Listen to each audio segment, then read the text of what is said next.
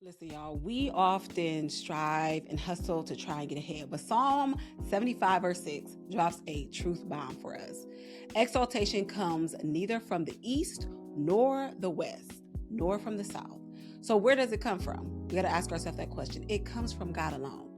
If you're tired of kind of this hustle culture, then you'll want to hear what today's Psalm has to say. Hey y'all, it's Rachel here, and we're continuing our journey through the book of Psalms, and today we're reading Psalm chapter 75.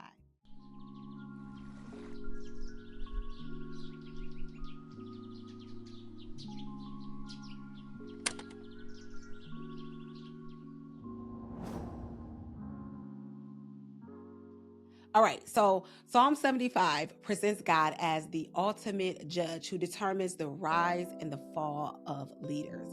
The imagery of the cup of judgment reflects the prophetic symbolism that later is used in passages like Jeremiah 25, where nations are described as drinking the consequence of their arrogance. Y'all, let's go ahead and see what Psalm 75 has to say. We thank you, O God. We give thanks because you are near. People everywhere tell us of your wonderful deeds.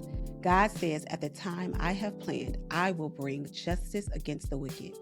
When the earth quakes and its people live in turmoil, I am the one who keeps its foundations firm. I warned the proud, stop your boasting.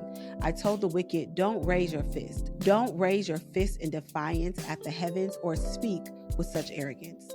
For no one on earth, from east or west, or even from the wilderness, should raise a defiant fist. It is God alone who judges. He decides who will rise and who will fall. For the Lord holds a cup in his hand that is full of foaming wine mixed with spices. He pours out the wine in judgment, and all the wicked must drink it, draining it to the dregs. But as for me, I will always proclaim what God has done. I will sing praises to the God of Jacob. For God says, I will break the strength of the wicked, but I will increase the power of the godly. Y'all, this is one of those psalms that reminds us of how all-powerful God is. Let's go ahead and look at verse 3. When the earth quakes and its people live in turmoil, I am the one who keeps its foundations firm. Y'all, I love to read Psalms that are like this because they are such reminders of how powerful God is. And oftentimes we're going through life and we're seeing situations like earthquakes and tornadoes and hurricanes. And we forget that God is even greater than that. He is even bigger than that. And he is still sustaining us. I want to take a look at verse 2. God says, at the time I have planned, I will bring justice against the wicked. There is something about waiting for God's appointed time. And I always say that his appointed time is the anointed time. We don't want to move ahead of God. We don't want to be out of his will. We want to move in the time that he has planned. And we have to be patient because, yes, we see destruction and evil all around us. But right here, we also see that he has a time that is planned to deal with the wicked. We have to trust God.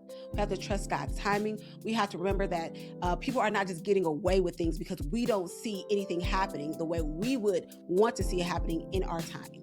But God is faithful, and he is watching, he is observing, and he has a specific appointed time for dealing with each of those things. There's one more verse I want to go to, which is verse 10.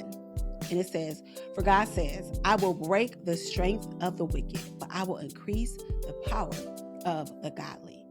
He's going to break the strength when it looks like the wicked are just getting away with everything. When it almost seems like they're more powerful than we are. It could seem that way.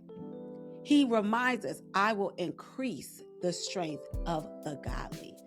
Man, it pays to be a follower of Jesus.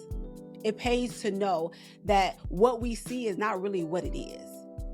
That there is an appointed time for us where he's going to increase the power of the godly, so that he can be glorified in even the situations that seem the most dark, the most difficult, and the most destructive.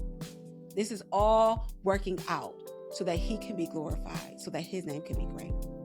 All right, so don't look at your situation or something that has happened recently in the earth and say, God, where are you? He has an appointed time. And when he does, he's going to deal with the wicked and increase the power of the godly. All right, you ready? Let's dive into today's daily seed. So today's psalm actually counters the assumption that success is self-generated. In Israel's worldview, promotion and downfall were interrupted through divine sovereignty rather than purely human strategy. The emphasis on humility and accountability align with the broader biblical warnings against pride found in narratives about figures like Nebuchadnezzar, which we see in Daniel 4. Psalm 75 helps us to understand that authority and achievement in Scripture are always framed within God's governance of history. So let me ask you this question. How can you remember that success is not self-generated? It's not something that you can earn, but that it comes from the Lord. Let's talk about that in the comments. Listen, I know your days are nonstop, and sometimes your faith just feels tested.